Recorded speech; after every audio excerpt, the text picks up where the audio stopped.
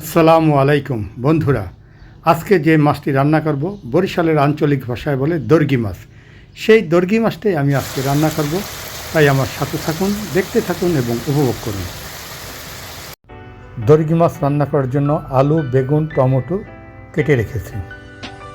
অন্যদিকে দর্গি মাছ কেটে ধুয়ে পরিষ্কার করে রেখেছি।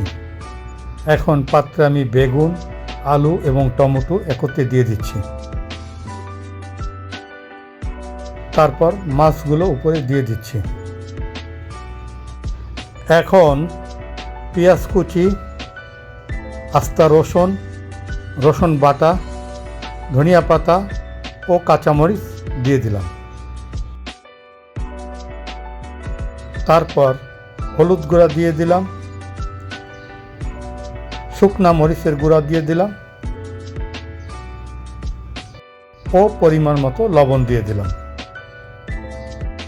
এখন পরিমাণ মতো তেল দিয়ে দিচ্ছি।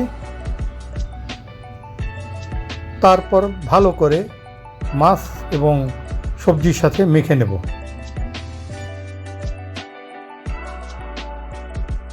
এখন অল্প একটু পানি দিয়ে দিচ্ছি। কড়াইতে সামান্য পরিমাণ তেল দিয়ে দিলাম। এখন মাখানো মাছ ও সবজিগুলো একত্রে দিয়ে দিলাম কড়াইতে।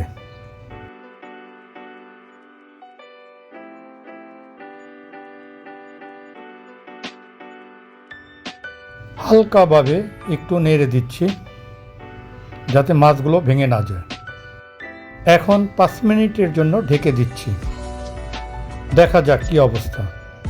হ্যাঁ, আর একটু ঝোল টানতে হবে, তাই আবার একটু ঢেকে দেব।